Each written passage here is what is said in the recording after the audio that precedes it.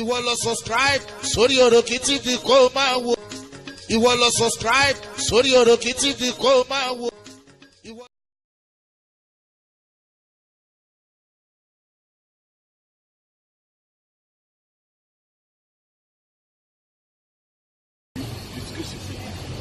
Ìwọ ló ra bẹ́ǹsì. Ọlọ́run Benzema. Ìwọ ló ra mọ́tò ẹ̀. No, please, let me do the prayer. Let me do it. Láti ìfún ibú ṣe bẹ̀rẹ̀ sí kọ́ṣẹ́ ìrànṣẹ́ ni. Kò mẹ́ta náà kí ló ṣe pẹ̀lú ṣe ìrànṣẹ́ tó ń pariwo kiri. Kò mẹ́ta.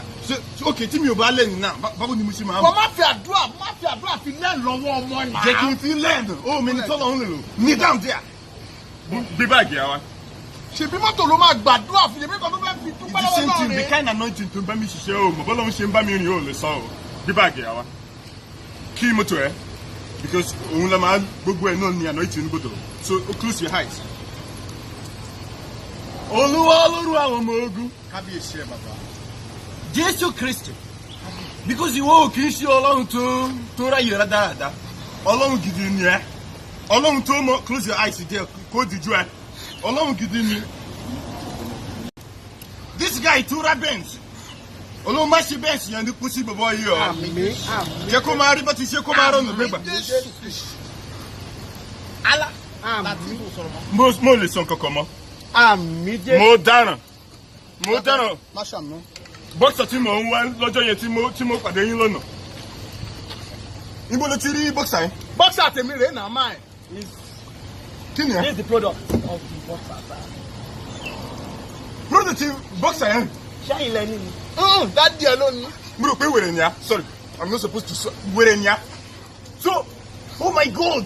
Tẹ́mi ṣe sọ pé o.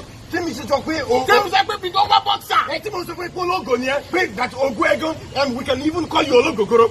So ogogoro wa ló fi ra bọ́ksà. Ògo ló fi ra bọ́ksà tí ológogoro wa. Sorry.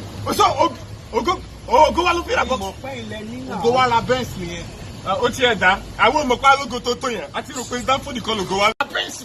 Wèrè ló lẹ̀ jù mọ́ wọn. Ṣé tó bá tẹ̀ máa ra bẹ́ǹsì, ó lè ṣiṣẹ́ kó fi ra bẹ́ǹsì. Òun kálá ní bọ́ksà, ó lọ fi ń lò. Mo rò pé ló ṣì yá. Ó yẹ títì ni kò máa lọ like that. Ó lo bọ́ksà mi àti ẹ̀fẹ̀ra Bẹ́ǹsì. That means pé nǹkan tú ògùn tá ní. ògùn ńlá ni. Ó lè ra jíwọ́ gan. Ta ló máa drive it? That's my issue now because Ṣé tó máa drive ẹ̀? that's the issue. Èmi ni. Orí ẹ yí. Ilé mi gan ni mo máa pààkì ẹ̀ sí. No, ta ló lo ògo gangan ṣe bí ògo ti ẹni sub glory and the main glory. Kí ló kàn mí pẹ̀lú sub? I don't need to subscribe to anything as I am now. I'm getting a free sub. Wá ṣe kó ṣe bẹ̀rẹ̀ ṣe ìrànṣẹ́ ni. Báyìí ṣe bí yẹn ti lọ. Ṣèbí wòlíì ni ẹ. Wòlíì àròlé. Fún bẹ́ẹ̀. Wòlíì àròlé. Wọ́n ti máa lo singlet tó dàgbò ìjà wèrè. Wòlíì àròlé. Ìyẹn ló ń lo blockster. Tí mo bá slap ẹ, tí irùngbẹ́ ò bá gbiná, kò ní bastard ni mi. Wàá mọ̀ pé iná wà lọ́wọ́ mi, ó rò pé eré ni. Come on, inside the car, your man. Ṣé báwa it is our glory now. Well, even I'm not even using this guy.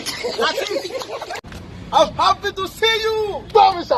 I'm happy to see you. Ní mo ti miss ẹ̀ ń bọ̀ lọ́lọ́. I miss you too. Where have you been? I've been to so many places. Okay, sir.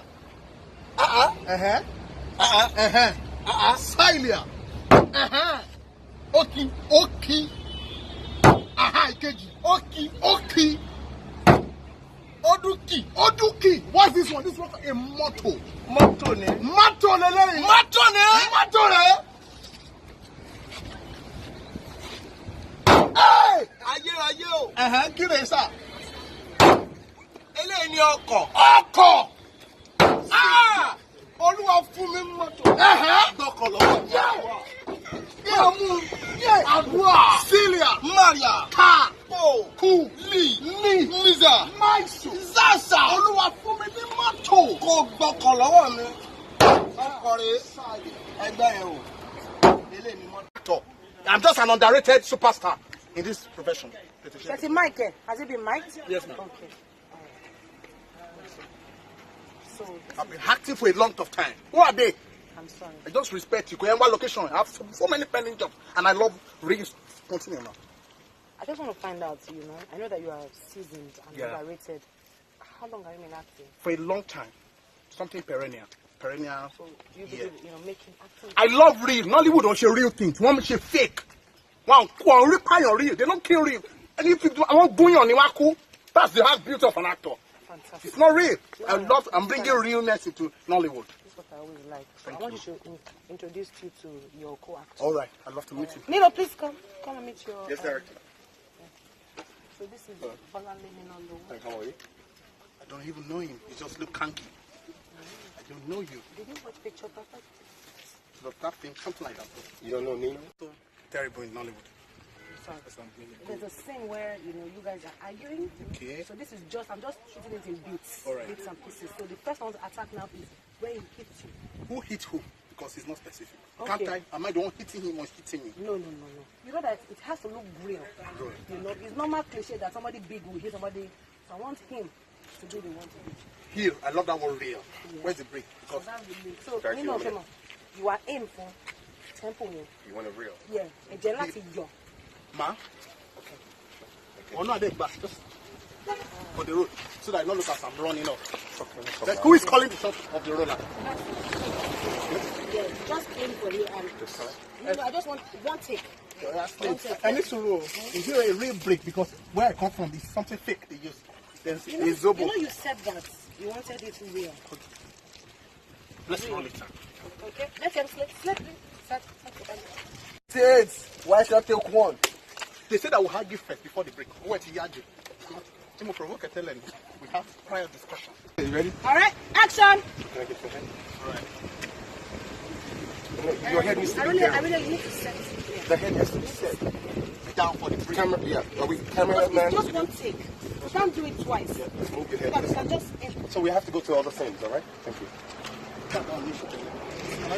Director, wait, a little bit. Auntie, yes? I don't mind Sandman.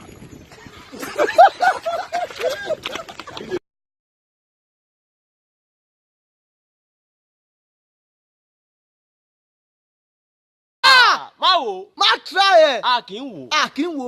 kò ní ṣé táwọn nígbà ọmọ kan ló ń ka kéwà àbí ló ń ka báìbù ó ní wò. ó ní wò. oníwò kò wò. ó ṣàfẹ́ wo orí kìíní yẹn ṣá. ó tún pọnù lá. ó dùn wèrè. ó ti ń ṣe é. gbójú ẹ sọ̀rọ̀ ìwòkúwò pọ̀. Máwo ìkọ́tà máa rí ẹ sí nìyẹn 2019. máa wo 2019. kó bẹ̀.